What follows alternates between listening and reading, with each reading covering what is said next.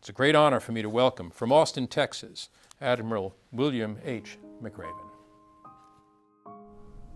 Thank you very much for that kind introduction. President Reif, distinguished guests, members of the faculty, and of course, the MIT graduating class of 2020. It is truly an honor for me to have the opportunity to address you today. When I was a young boy growing up in the 50s and 60s, I always envisioned myself as the hero. I always wanted to be Superman, with his powers to fly, his invulnerability, and his super strength. A hero who saved the world every day from some catastrophe. Or Batman, Spider-Man, the Black Panther, the team of the X-Men and the Fantastic Four, and my favorite of all, Aquaman. I so wanted to ride on the back of a seahorse and fight evil underwater. But as I grew up and traveled the world, and as I saw more than my share of war and destruction, I came to the hard truth that Captain America isn't coming to the rescue. There is no Superman, no Batman, no Wonder Woman, no Black Widow, no Avengers, no Justice League, no Gandalf, no Harry Potter, and no Aquaman. If we are going to save the world from pandemics, war, climate change, poverty, racism, extremism, intolerance, then you, the brilliant minds of MIT, you are going to have to save the world. But as remarkable as you are, your intellect and talent alone will not be sufficient. I've seen my share of real heroes on the battlefield in Iraq and Afghanistan, in the hospitals fighting COVID-19, on the streets keeping America safe and open. And I know that there are other qualities necessary to be today's heroes. So if you'll bear with this old sailor for a minute or two, I'd like to offer some thoughts on the other qualities you will need to help save the world. First, you must have courage. Winston Churchill once said that courage was the most important quality of all because it guaranteed all the rest. He was not just talking about the physical courage to charge the hill, run into a burning building, or stop a madman with a gun. He was also talking about moral courage, the courage to stand up for your convictions. Physical courage has long been the hallmark of a great warrior. But I would offer that the moral courage to stand up for what's right has an equal place in the pantheon of heroes. If you hope to save the world, you will have to stand by your convictions. You will have to confront the ignorant with facts. You will have to challenge the zealots with reason. You will have to defy the naysayers and the weak-kneed who have not the constitution to stand tall. You will have to speak truth to power. But if your cause is good and decent and worthy and honorable and has the possibility of saving even one of God's creatures, then you must do what all heroes do. You must summon the courage to fight and fight hard for your convictions. You must yell them from the mountaintop. You must shout them from the lectern. You must write in bold, cursive, and underlined phrases. You must bring your convictions out from the darkness and the subtlety of your heart and into the light of day. They must be made public and challenged and confronted and argued. There will always be those who don't want to hear your convictions, particularly if they are true.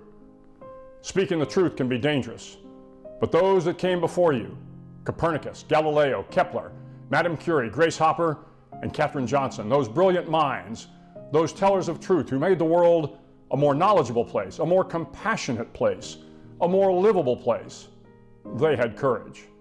If you are going to save the world, you will need courage. If you're going to save the world, you will need to be humble. In my career, I've been blessed to be around some great minds. I've seen how the brilliant men and women have helped eradicate disease, reduce poverty, create technological masterpieces. But conversely, I have seen how the misguided geniuses, filled with conceit and convinced of their own righteousness, have tampered with nature, built apocalyptic machines, dehumanized social interactions, and tilted towards tyranny. If you do not approach the world with humility, it will find a way to humble you. I found in my time in the military that no experience on earth was more humbling than combat.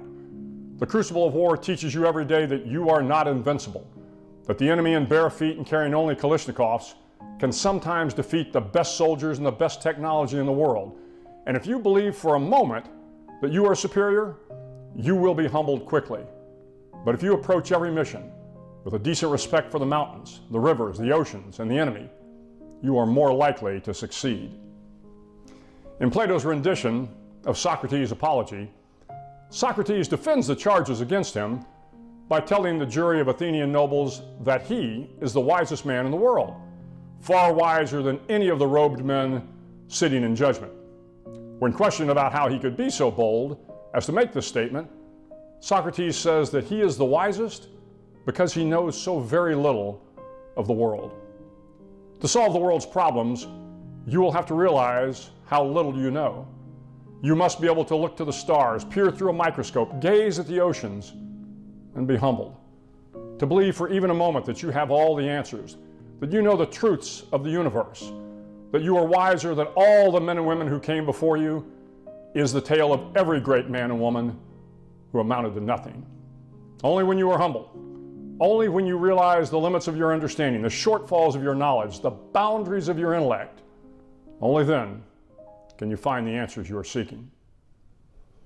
If you're going to save the world, you must persevere through difficult times. Life as a SEAL is all about perseverance. Can you make it through SEAL training without ringing the bell? Can you make it through the long family separations, the exhausting deployments, the loss of a fellow warrior in combat? Sometimes saving the world is just about holding on, never quitting no matter what obstacles face you. A good friend of mine who graduated from the University of Texas in 1969 pursued a career in medicine. His mother had died of lymphoma when he was about 11, and he was obsessed with finding a cure. For decades, he pursued an idea that most in the medical field dismissed as fantasy. Could the human body really use its own immune system to fight cancer? He never ever gave up on his pursuit, and in 2018, Dr. Jim Allison was awarded the Nobel Prize for medicine. There are the occasional great men and women of science who changed history at an early age. But most discoveries, most achievements, most triumphs are the product of a long and painful process. And only the most resolute, the ones that can persevere through the failure, the rejection, the ridicule, the emotional and physical strain of time, those are the ones most likely to save the world. If you hope to save the world, you must be prepared to sacrifice. The Special Operations Forces are filled with memorials of remarkable men and women who gave their all in defense of the nation. Medal of Honor recipients like Mike Murphy, Mike Mansour, John Chapman, and Robbie Miller. Remarkable women like Ashley White and Jennifer Moreno. The heroes of helicopters, Turbine 3-3 and Extortion 17. SEALs and soldiers who answered the call and never returned. All great Americans who sacrificed their lives so that their teammates might live. But there is a more mundane, yet essential sacrifice that is required if you want to save the world. As SEALs, we train hard every day, long, torturous hours of physical pain, rucksack marches, open ocean swim, miles of running, and hours of calisthenics. They're all sacrifices necessary to be ready when the world needs you. In his time, Thomas Edison developed 1,500 patents, from the electric light to the phonograph, to the movie camera, to the vacuum diode, and the carbon microphone. He saved the world from darkness. But in doing so, it required him to work 20 hours a day. His home front was often strained. His other business ventures struggled to survive, and his health always seemingly in jeopardy. It would be easy to stand up here and tell you that there is a wondrous place where you can be great at both work and life, where your efforts to make a difference in the world come easy. But I have never found that place. In the end, if your goal is a noble one, then your sacrifice will be worth it, and you will be proud of what you have accomplished. To save the world, you will have to be men and women of great integrity, always trying to do what is moral, legal, and ethical. It will not be easy, and I dare say you will fail occasionally. You will fail because you are human. You will fail because life often forces you into a seemingly untenable position. You will fail because good and evil are always in conflict. And when you fail to uphold your integrity, it should make you sick to your stomach. It should give you sleepless nights. You should be so tortured that you promise yourself never to do it again. You see, being a hero will not be easy. It will not be easy because you are not men and women of steel. You are not cloaked in a suit of armor. You are not infused with unearthly powers. You are real heroes. And what makes real heroes are their struggles and their ability to overcome them. But no matter how mightily you might struggle, the world will believe in you. The world will follow you, allow themselves to be saved if they know you to be honest, trustworthy, of good character and good faith, men and women of integrity.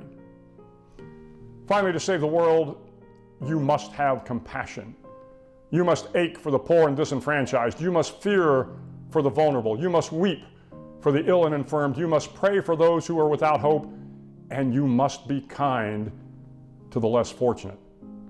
For what hero gives so much of themselves without caring for those they are trying to save? As we sign off from this virtual commencement, I want you to promise me one thing. Promise me that you will be the last class to miss a commencement because of a pandemic, the last class to miss a commencement because of war, the last class to miss a commencement because of climate change, unrest, tyranny, extremism, active shooters, intolerance, and apathy. Batman and Superman are not coming to save the world. It will be up to you. But never, never in my life have I been so confident that the fate of the world is in good hands. Go forth and be the heroes we need you to be. Thank you and congratulations.